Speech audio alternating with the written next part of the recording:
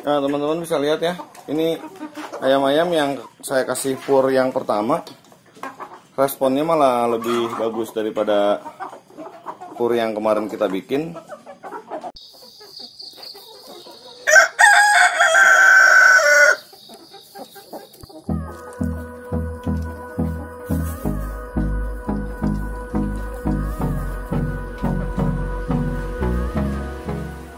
Assalamualaikum warahmatullahi wabarakatuh. Ketemu lagi sama saya Doni Tambas di Doni Tambas Channel. Teman-teman, sore ini saya ingin ngasih makan ayam. Jadi sekalian kita komparasi bagaimana respon ayam terhadap pakan yang baru kemarin kita bikin ya. Teman-teman mungkin masih ingat kemarin saya sudah menjelaskan bagaimana cara membuat pakan ayam dengan menggunakan Megget BSF dan Bekatul. Dan sebelumnya saya juga sudah menjelaskan bagaimana membuat pakan ayam dari gedebong pisang, pepaya muda, dan singkong. Nah, hari ini kita akan compare perbandingannya, kira-kira dari semua pakan tersebut mana yang disukai oleh ayam. Langsung kita ikuti aja videonya. Pada tempo hari lalu saya sudah menjelaskan ke rekan-rekan bahwa kita akan membuat pakan ayam dari Megget BSF dan Bekatul ya rekan-rekan. Ini adalah kondisi ayam atau kondisi kandang saat saya berikan pakan Megget BSF dan Bekatul. Jadi responnya biasa-biasa aja. Banyak ayam yang justru mengais-ngais dari bawah ya. Terus sisa pakan juga kalau rekan-rekan perhatikan ini masih banyak di sini. Sisa pakannya juga masih banyak. Nah, di sini juga masih banyak nih ya rekan-rekan. Ayam-ayam ini justru malah malah menunggu, seolah-olah menunggu kapan dikasih makan lagi ya. Nah, teman-teman bisa lihat ya, pada lari ke saya. Oke, sekarang kita akan berikan racikan pakan pertama nih teman-teman, yaitu dari campuran pepaya muda, gedebong pisang, singkong, dan beberapa racikan lain. Untuk videonya saya sudah upload di YouTube di channel saya. Silakan teman-teman cari videonya dan teman-teman bisa praktekkan. Kita kasih makan ayam dulu teman-teman. Ini reaksi ayam-ayam kita saat kita beri makan racikan pur yang pertama ya. Ayam-ayam ini responnya luar biasa, kayak kelaparan. Teman-teman bisa lihat ya, nafsu makannya besar. Nah, dibandingkan dengan yang dari Megget BSF itu malah kurang antusias ya ayam-ayamnya. Kenapa saya ganti lagi ke racikan yang pertama? Karena beberapa hari ini ayam-ayam saya udah terlihat lesu. Ya, saya takut terjadi apa-apa lagi karena ini kan ayam baru beres di karantina nih. Makanya saya memberikan racikan pur yang awal.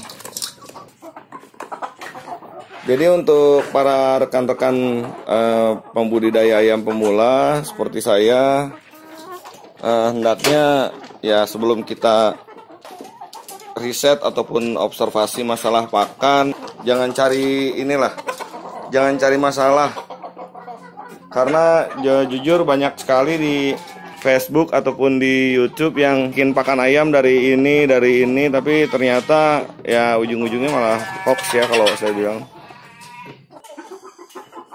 Oke teman-teman, jadi kesimpulannya adalah saat kita berikan racikan yang pertama ya dari pepaya muda dan singkong, itu responnya luar biasa, antusiasnya ayam-ayam itu sampai berebut. Dibandingkan dengan yang dibuat dari Megget BSF dan Bekatul ya, ataupun Dedak, itu memiliki banyak kekurangan. Kalau buat saya pribadi setelah saya analisa, mulai dari kandungan protein sampai minat ayam terhadap makanan tersebut gitu. Jadi ini kesimpulan ini saya buat berdasarkan analisa lapangan aja ya teman-teman. Jadi belum saya riset lebih jauh, tapi berdasarkan analisa yang saya lakukan di kandang selama 3 hari dari pemberian pakan awal, terus saya ganti dengan pakan Megget BSF dan Bekatul, lalu saya kembalikan lagi ke pakan awal. Jadi kesimpulannya, yang pertama untuk Megget BSF dan Bekatul, volume dedak atau bekatul dalam pakan itu terlalu banyak menurut saya. Jadi mengakibatkan serat kasar itu terlalu tinggi dan penguraian protein juga jadi lambat akhirnya. Terus yang kedua, saat dedak itu digiling, dedak itu mengalami proses pemadatan dan pemanasan lagi sehingga tercium aroma bau tengik ya, itu yang kedua. Kemudian selanjutnya adalah Megget BSF yang dipakai jika mengikuti tutorial dari grup tersebut bahwa 1:3 itu tidak akan tercapai nilai proteinnya karena yang dipergunakan adalah Megget Fresh, bukan tepung Megget. Kalau kita menggunakan tepung Megget mungkin masih bisa tercapai kadar protein sekitar 22,25% ya. Mungkin masih bisa tercapai. Cuman kalau kurang dari itu kayaknya susah untuk tercapai kadar proteinnya.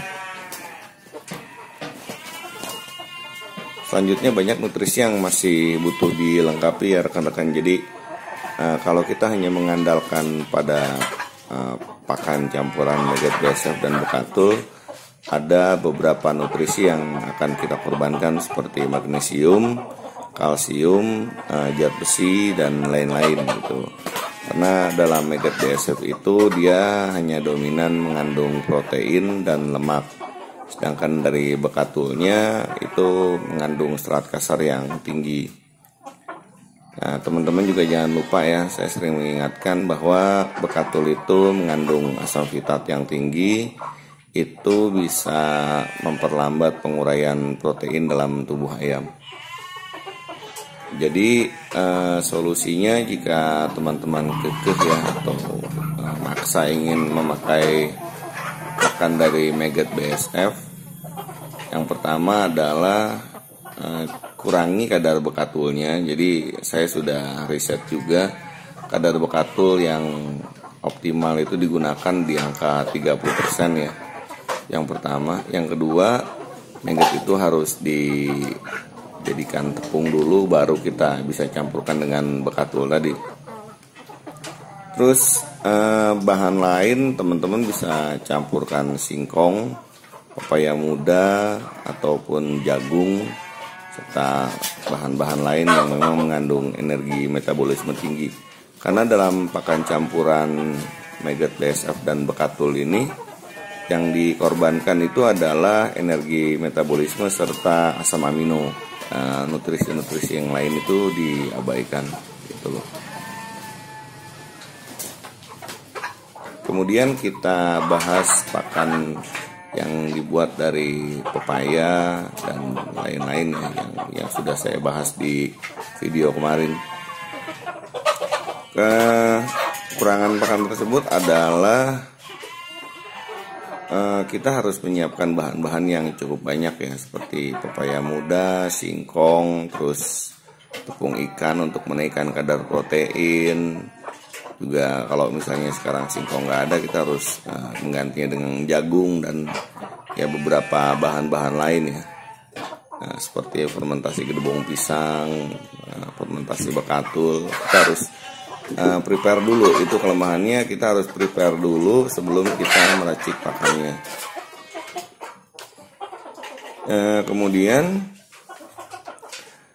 saat peracikan pun nggak bisa langsung, jadi harus bertahap ya. Kita nggak bisa langsung digiling jadi satu, langsung jadi pelet satu hari, itu nggak bisa. Jadi harus diproses dulu satu-satu, kita harus giling halus dulu. Setelah itu baru kita campur ke adonan lain.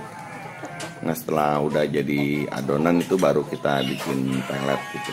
Jadi nggak bisa langsung seperti maggot dan bekatul, maggotnya digiling, campur bekatul, jadikan pelet. Seperti itu kalau untuk racikan pakan dengan pepaya muda itu nggak bisa seperti itu.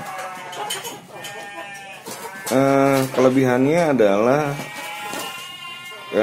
justru kalau buat saya pribadi,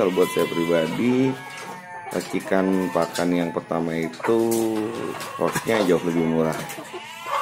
Costnya jauh lebih murah dibandingkan dengan menggunakan maggot BSF. Walaupun kita budidaya maggot BSF, gitu loh.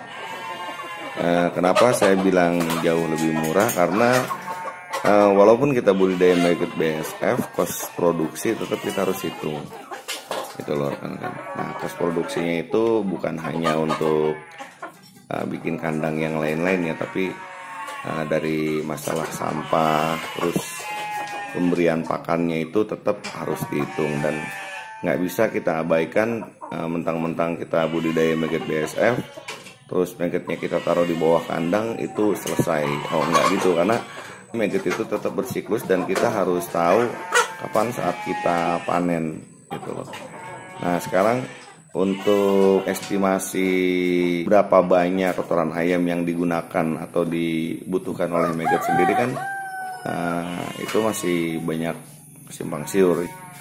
Akhirnya banyak pembudidaya maggot BSF yang awalnya ingin ngasih pakan dengan kotoran ayam, tapi setelah berjalan malah mereka kewalahan sendiri masalah pakan maggotnya. Ujung-ujungnya kan jadi double pakan, ya harus pakan ayam juga, harus pakan maggot juga, jadi dua ternak. Dan itu gambling kan. Jadi gamblingnya gini ya, kita juga harus paham dengan kualitas telur BSF-nya, terus hasil panen yang kita dapatkan juga kita nggak bisa memprediksi semudah kita menghitung di atas kertas, karena pertumbuhan itu kan pertumbuhan hewan ya, kita nggak bisa tahu berapa lamanya atau berapa besarnya, kita nggak bisa gitu. Walaupun itu diberikan pakan buah ataupun diberikan pakan yang berprotein tinggi gitu. Belum lagi gejala-gejala seperti maggotnya suka kabur, terus ya macam-macam lah. Jadi orang yang pernah budidaya maggot BSF udah pasti paham gitu bahwa nggak sedikit sebetulnya kendala dalam berbudidaya maggot BSF.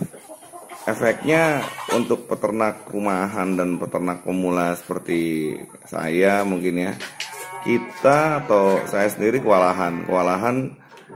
Jadi ada dua ternak yang saya urus. Yang pertama adalah ayam, yang kedua adalah maggot BSF. Gitu. Saya harus ngurusin pakan ayam juga, saya juga harus ngurusin pakan maggotnya juga gitu. Belum lagi saya harus beli dedak atau dedak yang tadinya buat ayam itu saya taburin di kandang maggot biar maggotnya nggak kabur lah, ya macam-macam sebetulnya. Jadi akhirnya kos produksi saya meningkat di situ dibandingkan dengan saya ngambil tepung ikan asin di pasar. Nah itu kan gratisan karena memang itu dibuang gitu ya. Terus juga untuk pepaya muda dan lain-lain itu di sini gratis ya. Tapi ini hanya berlaku di tempat saya, rekan-rekan. Bukan berarti kondisi ini harus sama dengan kondisi di tempat rekan-rekan semua, enggak. Ini hanya berlaku di tempat saya gitu loh. Jadi kalau saya menggunakan maggot BSF, kalau saya bilang kos produksinya itu akan lebih tinggi dibandingkan dengan saya menggunakan pakan campuran dengan gede bawang pisang, pepaya muda dan lain-lain gitu loh. Minat ayam juga lebih banyak ke pakan yang dibuat dari pepaya muda kalau saya lihat, karena dari video ulasan tadi kita bisa lihat bahwa respon ayam itu lebih tertarik dengan pakan yang dibuat dari olahan pepaya muda dan singkong yang tadi itu ya.